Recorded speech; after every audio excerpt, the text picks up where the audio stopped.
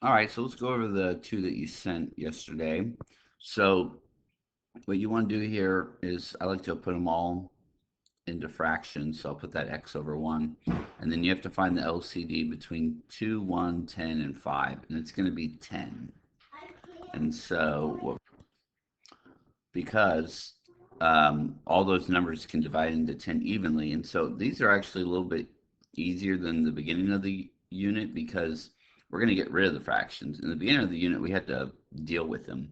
Here, we're going to have a way to get rid of them. And the way we're going to get rid of them is by the property of equality. We're going to multiply both sides of the equal sign by 10.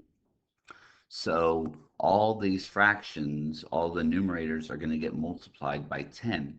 Now, you can multiply it if you want, but I typically like to wait and just leave it like as 10 times 3x over 2.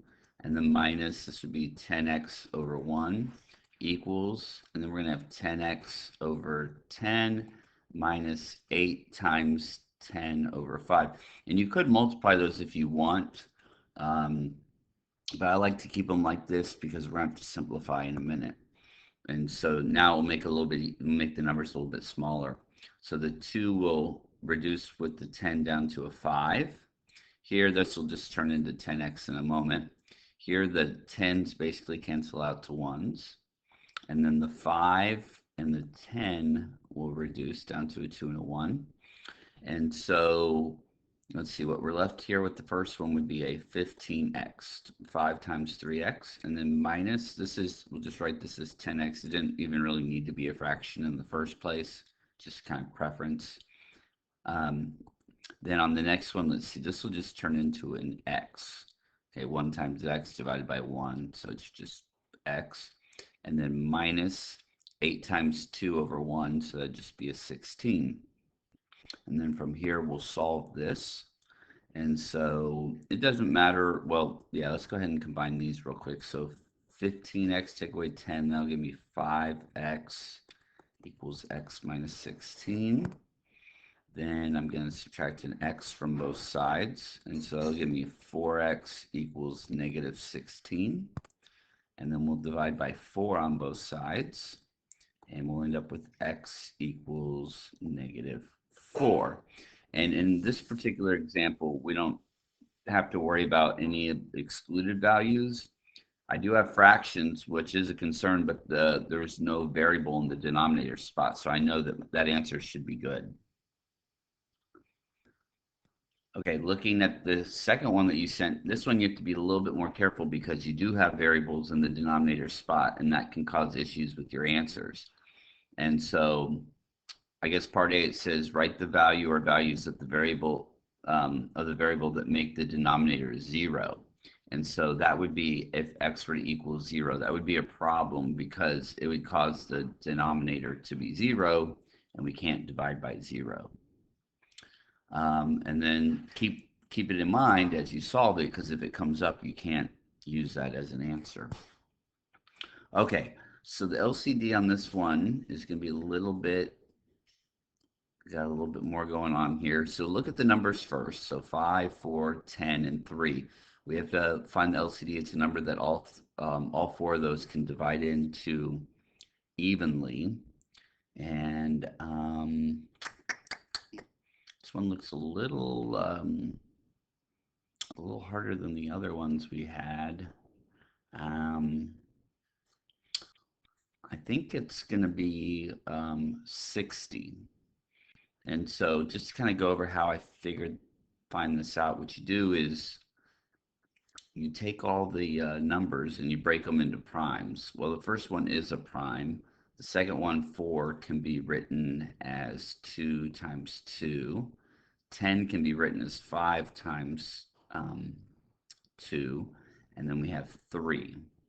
And so what you do is you go through your list and you pick out the ones that appear and appear the most. So you have a 5, and so that appears once here and here. Then here you have a set of 2 and a set of 1. So you're going to take the set of 2. So you're going to take 2 times 2. And then you have a 3 here. 3. Most of these should be pretty easy. You can kind of do in your head, but this one got a little bit a little bigger than some of the other ones. So anyways, when we multiply this together, let's see, that's 10. 10 times 2 is 20. 20 times 3 is 60. So it is going to be 60, and then we also are going to have to include x. So the LCD is going to be 60x. And so I don't really kind of, in the tutorial videos, I don't really explain finding the LCD because most of them are pretty simple. Um, what I would do, probably the easiest thing to do, is take the biggest number, 10, and do they all divide into 10? No. Then go to like double it, 20. Do they all divide into 20? No. 30. Do they all divide into 30? No. And then 40, and you just keep going until you got to 60, and then you can see, okay, yeah, 5, 4, and 3, they all can divide into 60. So that might be a way that might help. All right, so let's multiply by the LCD now, both sides. So we're going to multiply both sides by 60x. And once again, oops, over 1. I'm not going to actually multiply like the 60x and the 2 together yet. So I'm going to go ahead and put this over here. So let's see, 60x times 2 all over 5x plus 6. I can go ahead and multiply that because I'm multiplying it by 1. 60x over 4 equals 60x times 74 divided by 10x, and then minus 60x over 3. And so all this stuff should simplify pretty nicely. So let's see. So the 5x will reduce with the 60x down to just a 12. The 4 and the 60 will reduce down to a 15.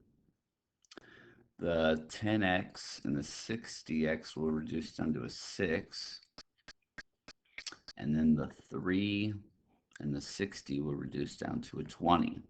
So let's see what's left behind. So 12 times 2 is 24 plus 15. And then don't forget about, there is an x right there that didn't cancel out. So this will be 15x equals 6 times 74. Okay, let me grab a calculator.